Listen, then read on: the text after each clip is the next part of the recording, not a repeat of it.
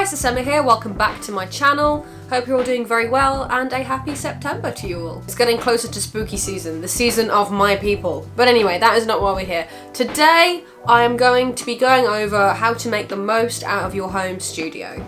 Now, majority of photographers, whether they're starting out or they're professional or they're sort of in that in-between stage, at some point you will have had a home studio because you can do that. If you've got an empty space or a spare room in your house, apartment, whatever, you can convert it into a studio very easily. So I decided to do a video on this with my very good friend, the marvellous Miss Robin Jade.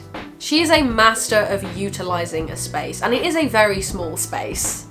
Looking at these images, you'd think most of them were taken in an actual studio, but no, it is in fact her basement bedroom. So we decided to do a video together to share our knowledge on how to make the most out of your home studio.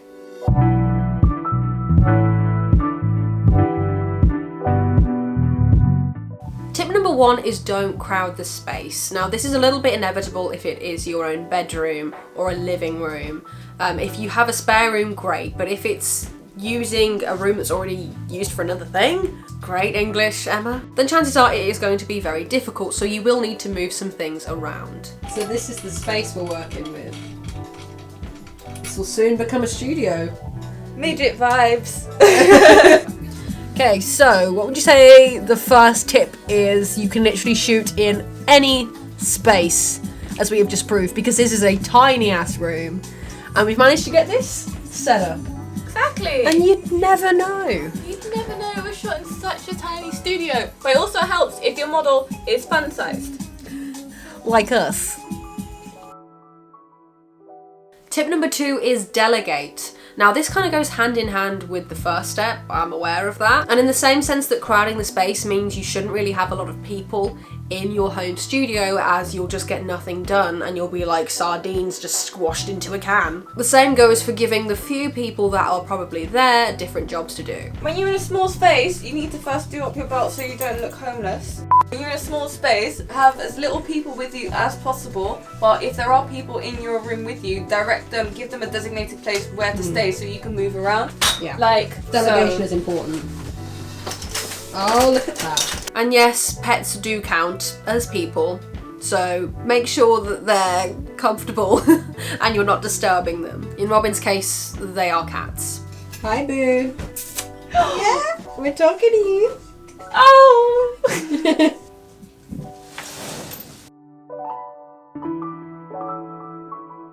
Tip number three is play around with backdrops, but keep them small. Now, just because you're in a tiny little room does not mean you're limited to one type of backdrop. You can use small paper rolls, you can use cloth, you can use anything you want, so long as you make it look good. But for our shoot, we decided to use two paper backdrops. These were a barley colour and a charcoal colour. Here's a tip. If you have cats, keep them away from the backdrop. However, I would stress that you need to keep them small. Got a small backdrop stand that I've had for many years, but it's tiny, so it doesn't take up a lot of space. This is the smallest background you can buy, so this is 1.30 meters across, so you can just kind of put that anywhere. And if you just shoot wide angle, and if you're clever with your lighting skills, you can use white walls around to bounce off lights as well. You can also use that in order to, for example, you don't have to put the light on your subject, you can also turn it away, have it bounce somewhere else, and then have light come from somewhere else, so it's just really cool.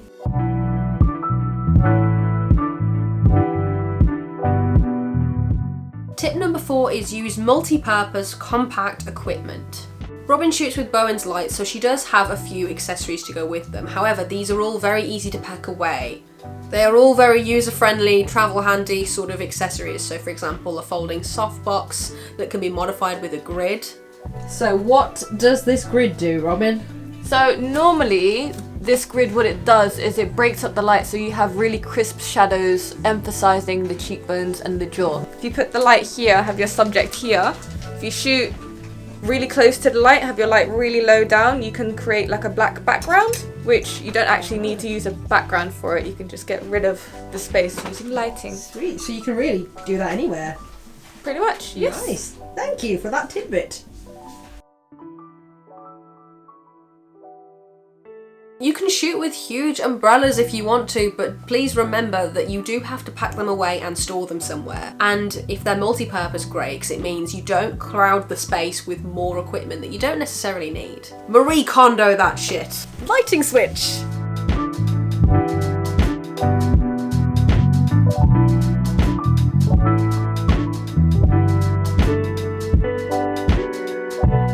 So what we're gonna do now is classic rim light shot. So basically, I'm going to sit away from the light, so you should see light just here and you shouldn't see my face or any of my features.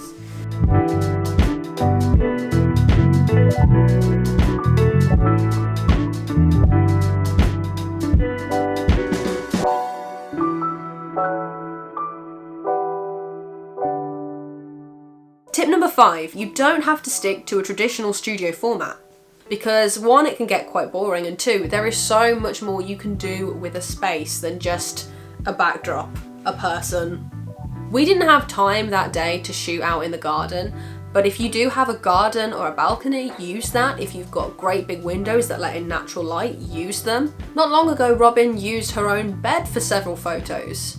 Your home studio is whatever you want to make it, so if you want to make the most out of it, then try thinking outside the box.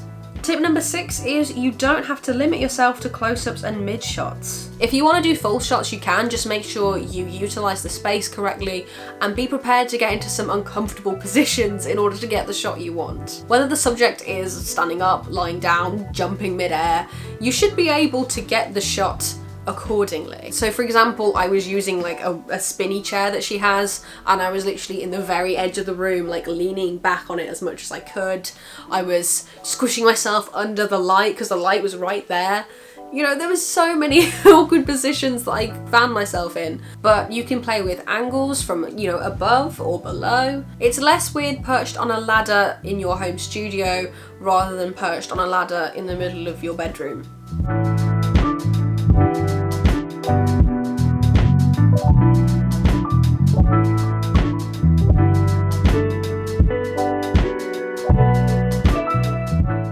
Tip number 7, experiment with gels. You can experiment with all kinds of colours, and again, if you want to make the most of your shot and get as many different looks out of a tiny room as you possibly can, gels are a good way to go about it. And gels can work just as well in an enclosed space as they can in a large empty one. I don't use gels myself, but I was really impressed with these. They're very atmospheric and moody. They're kind of almost got a nightclub-y feel.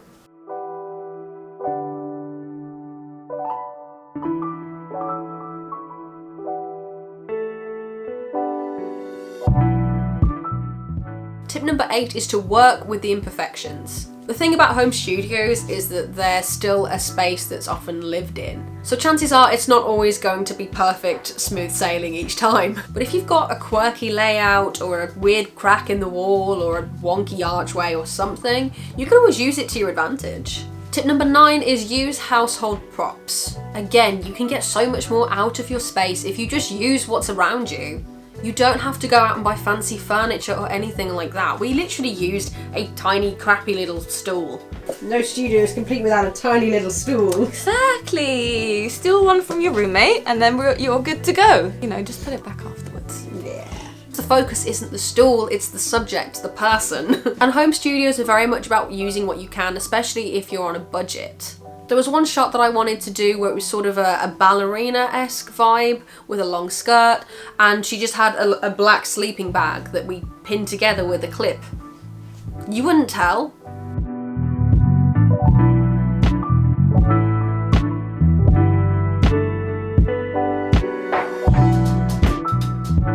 Wonder if that counts as bedsheet art. I think it does. Hashtag sleeping bag art.